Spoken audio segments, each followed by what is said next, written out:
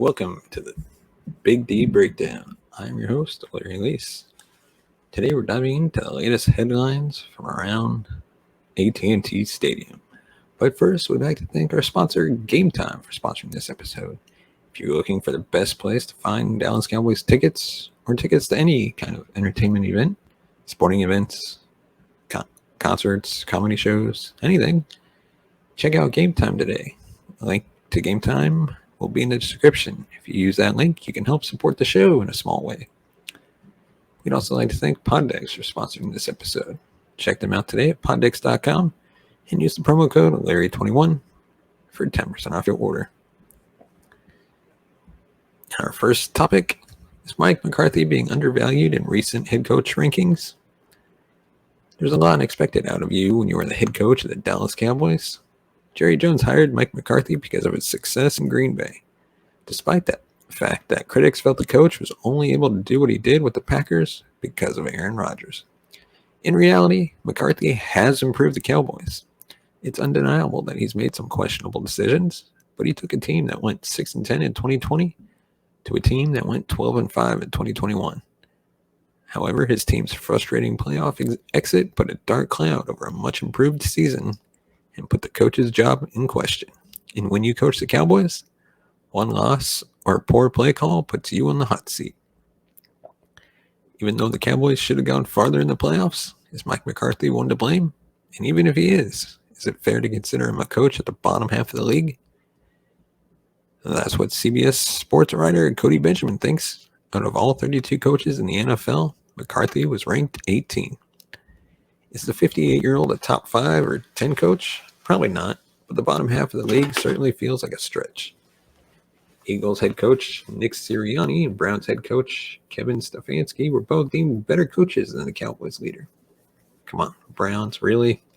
He was also ranked 7 spots behind Doug Peterson, the Jaguars' new head coach and former Eagles head coach, who hasn't coached the team since 2020. It's also worth pointing out that McCarthy's career win percentage, 60.8%, is higher than that of the 8 coaches ranked above him. This is what Benjamin said to explain the Cowboys head coach. Quote, "The pendulum has probably swung a little too far in terms of criticizing McCarthy. Even if he did have Aaron Rodgers in Green Bay, he's now compiled 9 different double-digit win seasons, including 2021 with Dallas. He's also wisely given plenty of control to play caller Kellen Moore. And yet with so much talent at his disposal, ill-timed, old-school decisions have too often doomed him. Maybe that's why team owner Jerry Jones publicly ponders about keening him for his own defensive coordinator."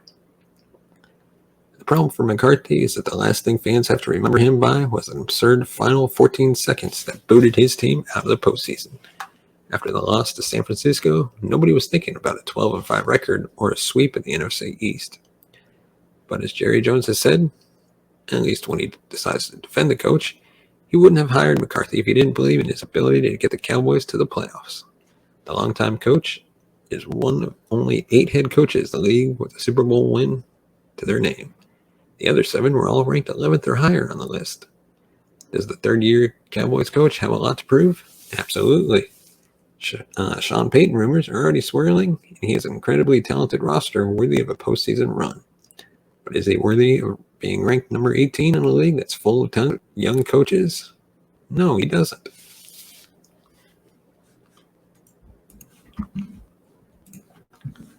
Let us know in your comments in the comment section below. Do you think we should keep Mike McCarthy? And where do you rank him in the coaches? I mean, I would agree that he's not the best. He's not the worst. I mean, hey, he took Dallas to the playoffs, so at least he got that far. And hey, you give him a couple of years, he might be able to go at least to the Super Bowl.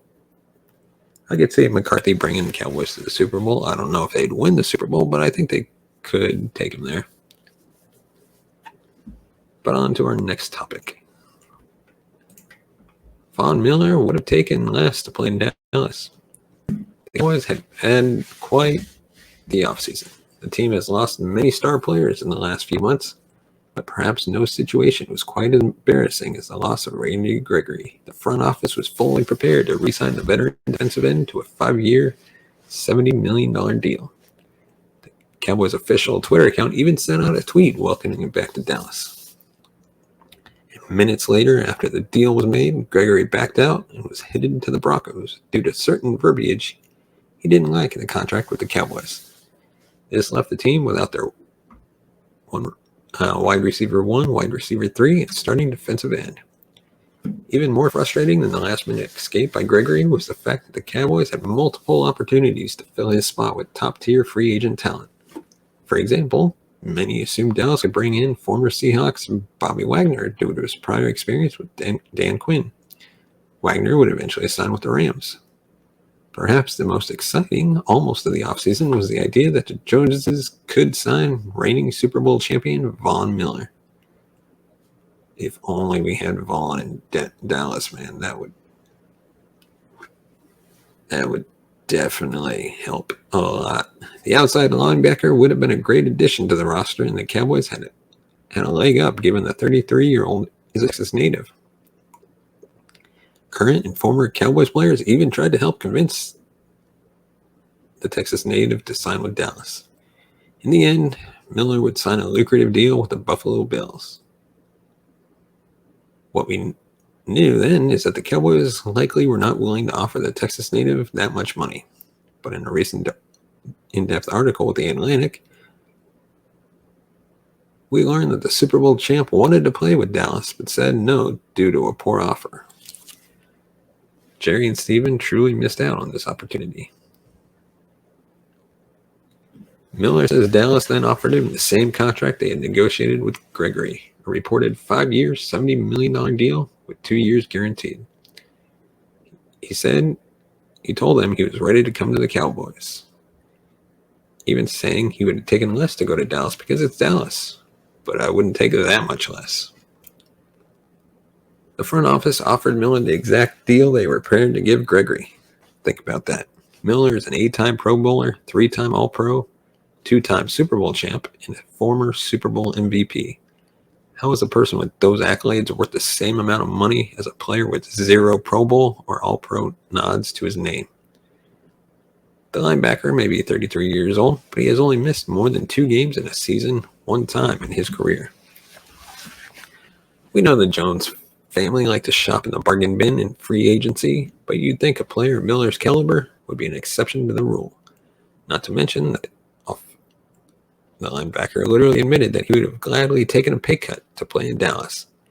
There's a difference between a pay cut and a lowball offer that is offensive given a player's resume. The now Bill blatantly admitted that he would have taken less than the 6-year deal with Buffalo that gives him $51 million guaranteed. In fact, he told The Atlantic that he flew to Buffalo to turn down the offer, but they were able to convince him when he showed up. Losing out on a player that would seriously bolster your roster is always tough. But learning that he would take a discounted offer to play for the Cowboys and the Jones still couldn't get a deal makes it even worse. Let us know in the comments section below. Are you disappointed that Von Miller is not a Cowboy?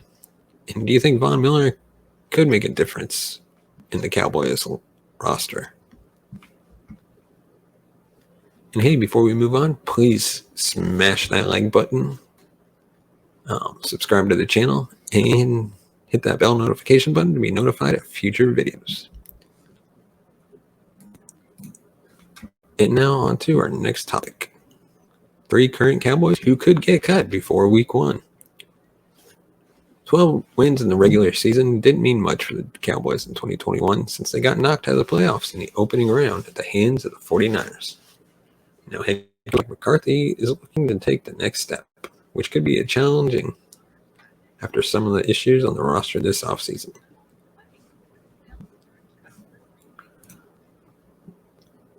While players such as Ray Cooper, Randy Gregory, and Cedric Wilson are all playing elsewhere in 2022, the Cowboys did add more talent at several positions, although many were added to the roster before training camp. The front office eventually needs to decide on a 53-man roster. These are 3 players that run the risk of getting cut during training camp or preseason if they don't perform to their top ability. Number 3, Terrell Basham. Basham was an unheralded signing ahead of the 2021 season, and while he didn't make a massive impact, he did exactly what the Cowboys hoped he would.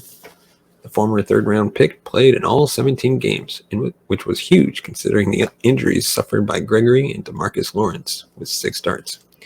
He finished with a career-high 39 tackles and 3.5 sacks, which tied his highest output in the season.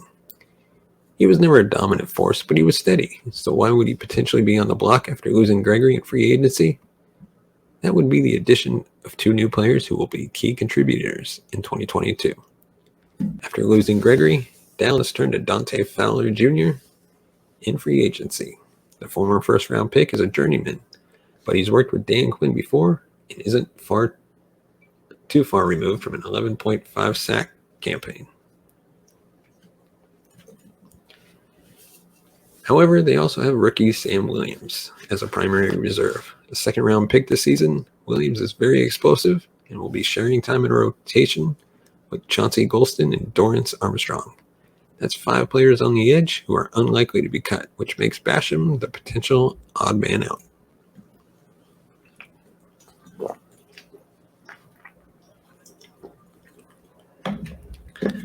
Number 2, Noah Brown. Another victim of the numbers game in 2022 could very well be Noah Brown, who has continued to battle against the odds and make the roster since being taken in the 7th round of the 2017 NFL Draft. Brown was a favorite for former head coach Jason Garrett, who continually praised his ability as a blocker in the run game. Of course, Garrett often telegraphed what the team was running when he would put number 85 in the game, but Brown has developed much more as a receiver since then. The former Ohio State product recorded 14 receptions for 154 yards in 2020, then had 16 catches for 184 yards last year. He has yet to record his first NFL touchdown, but it's impossible to miss how much he has improved as a player. Heading into the offseason, it seemed likely he could have an increased role with Cooper and Wilson leaving. The problem is, Dallas already had another developmental player on the roster in Simi, apologies for butchering his name, Fehoko, and added James Washington in free agency. And in addition to that, they took Jalen Tolbert out of South Alabama, and he could prove to be one of the biggest steals in this class. Throw in the early positive returns on undrafted wideout Ty Freifogel, and there could be too many players at the position for Brown to secure another season in Big D. And finally, number 1, Tristan Hill. Over the past 10 years, the Cowboys have actually been pretty solid in the NFL draft. They believe in developing their own talent, and that has worked since they've generally targeted and selected players who fit their system very well. Having said that, there have been some whiffs. None were worse than when they took Taco Charlton over TJ Watt back in 2017. Oh my God, what was Jerry thinking? There aren't enough therapy sessions in the world to get over the hurt from hearing the selection announced while TJ Watt just sat there. But at least the Cowboys moved on quickly. Another whiff, albeit not as bad as the Charlton one, came in 2019. That was the same season they were without a first-round pick thanks to the trade for Cooper. And they decided to go ahead and light their round 2 pick on fire as well. In desperate need of safety, Dallas elected to skip on Juan Thornhill and Taylor Rapp in favor of, this hurts from being a USF student, or graduate, I should say, when they picked up defensive tackle Tristan Hill. The pick was immediately lauded since Hill barely saw the field in his final collegiate campaign due to his inability to get along with his coaching staff.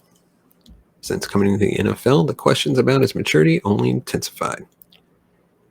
He reportedly fell asleep during a meeting with Isaiah Thomas and found himself suspended in 2021 for throwing a punch at John Simpson after a loss to the Raiders. Even with the issues, Hill has somehow survived for 3 seasons. The reason for that isn't due to anything he's shown. However, since he's barely seen on the field over the past 3 years, he's never played more than 7 games in a single season and has appeared in just 18 overall. He's also barely made an impact with 27 tackles and a half sack to his name. The reason he has stayed, despite the lack of production or dependability, is the issues Dallas has had, at defensive tackle. They swung and missed on both Tantari Poe and Gerald McCoy in 2020 and 2021, as they were using a patchwork line again due to injuries. Looking ahead to this coming season, Dallas has high hopes for second-year players. I'm not even going to try to say his last name. Osa O and Quinton Bohanna. They also have Neville Gallimore on the verge of breaking out and drafted John Ridgway this year. Throw in Carlos Watkins, and it feels inevitable that Hill will run out of time to prove himself. Let us know in the comment section below. Did we miss anybody that you believe will be cut by week 1? And now on to comments made by Micah Parsons. Micah Parsons believes that he and Diggs can become even better than a certain Rams duo. If there's one thing Dallas Cowboys linebacker Micah Parsons doesn't lack, it's confidence. To be fair, he has a right to be confident. In just 1 year in the NFL, the Penn State product emerged as one of the best linebackers in the game. He became the first player to unanimously win the Defensive Rookie of the Year award after collecting 13 sacks, 84 tackles, and 3 forced fumbles. Although there is a ton of pressure on the linebacker to repeat his success in his second year, Parsons doesn't seem worried. He prides himself on his unique versatility and told reporters he plans to break the NFL sack record this upcoming season. But that's not his only lofty goal.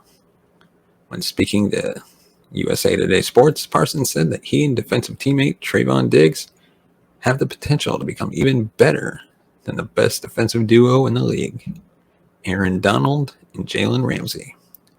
Saying, quote, "It's hard to say we're the best because I know we're young and we still make mistakes. It's hard to put us over Aaron Donald, the greatest defensive player in history, with Jalen Ramsey. So I won't do it yet, but I think we can become them or even better if we learn together and stick together." That's quite a goal. Not only are Donald and Ramsey a huge part of the reason the Rams are the reigning NFL champions, but they are also individually 2 of the best players in the league. Donald is widely considered one of the greatest defensive linemen the sport has ever seen, and Ramsey has been viewed as one of the best corners in the game for many years. The two Rams also have several All-Pro and Pro Bowl selections to their names. But Diggs and Parsons also made both of those lists this season. Given that both of these Cowboys stars are only 23, imagine what a couple more years on the Dallas defense together can do. As the Cowboys linebacker said, if the duo can continue to do what they both did in 2021, the sky is the limit for these two. Plus, some analysts and outlets are actually ranking Parsons over Donald in a few categories. As far as the Cowboys cornerback goes, some may doubt his greatness due to his risky style of play that bodes well for picks, but not so well for consistent coverage. Even though the Alabama product had the most interceptions in a single season since 1981, he did give up an immense amount of coverage yards. But Parsons doesn't see that as a flaw. The true difference between the Cowboys duo and the Rams duo is that Donald and Ramsey have had enough years in the league to prove they are consistently 2 of the best in the league. With Parsons only entering his second year and Diggs beginning his third, the 2 Dallas defenders will need more than just one top-notch season to be worthy of comparison to these all-star veterans. Luckily for the Cowboys, both players are still early on in their rookie contracts, but the front office would be wise to make sure they use their money wisely to keep these 2 on the roster when those expire. Parsons certainly wants to remain Diggs' teammate as he believes the corner was one of the best in the NFL last year. So the question I leave with you, can this Cowboys duo go down in NFL defensive history? Let us know in the comment section below. Of course, how they perform in 2022 will be a huge indicator. And now we're going to dive into 3 biggest disappointments from the 2021 season. The entire 2021 season ended in disappointment for the Dallas Cowboys, but it wasn't because of their loss to San Francisco in the opening round of the playoffs. While that was a tough pill to swallow, there were issues all season that continued to hold this team back. We all saw the talent that was there. How else did they win 12 games? They just couldn't put it all together. So we're going to take a look deeper at what went wrong and identify the 3 biggest disappointments of the year.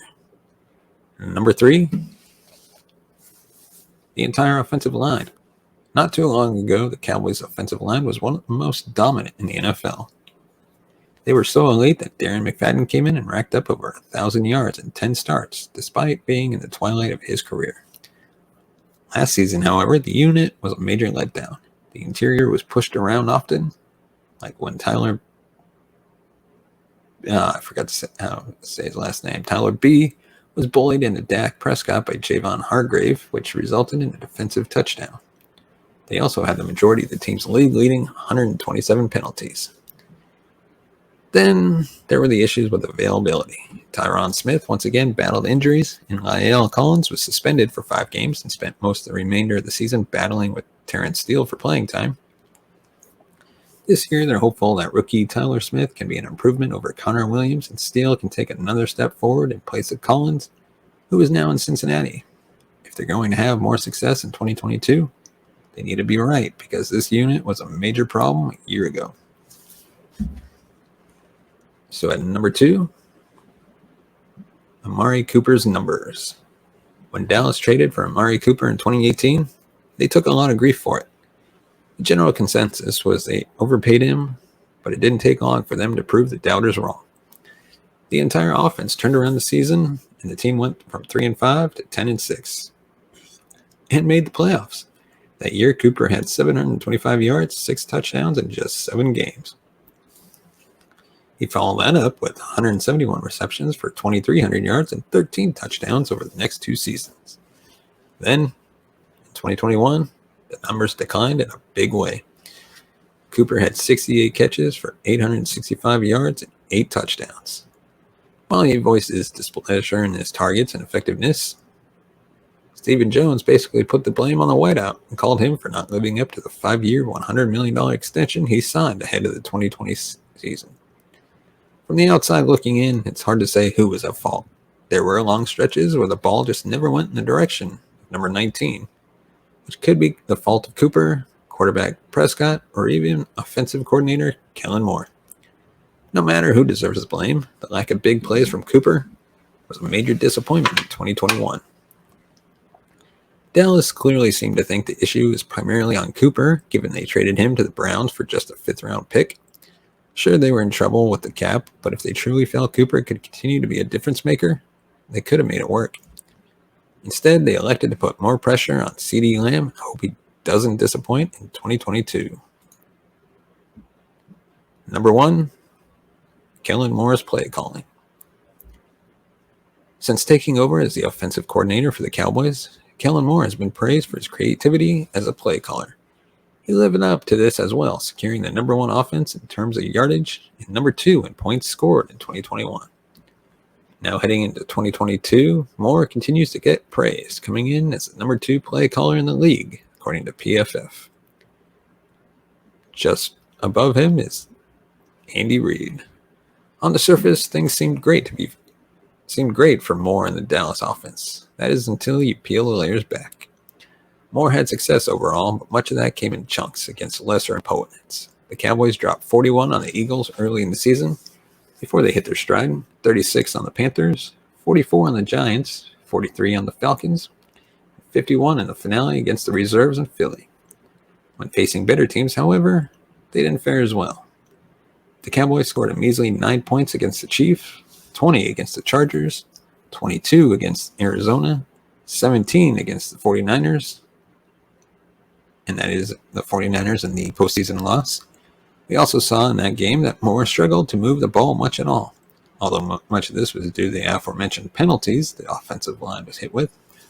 On top of that, Moore continued to feature Ezekiel Elliott as the workhorse, despite the fact that Tony Pollard was the far more superior player in 2021. Elliott averaged 4.2 yards per attempt with a long of 47 on the season. As for Pollard, he was running 5.5 yards per carry and had a long of 58. Despite this, Zeke was giving 107 more attempts than Pollard had nearly 20 more passing targets as well, despite Pollard also excelling in that area. If Dallas is going to be better in 2022, they will need more to be at his best, especially with Cooper and Wilson playing elsewhere.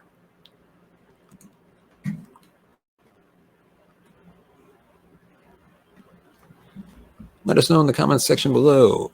What did you see as one of the biggest disappointments for the last season? Is there something we missed that we should have included? Let us know. And as always, if you want to support the show, you can buy us a coffee at buymeacoffee.com/thebigd. And as always, please hit that thumbs up, subscribe to the channel, and hit that bell notification button to be notified of future videos. And as always, thank you so much for watching and listening. We will see you next time.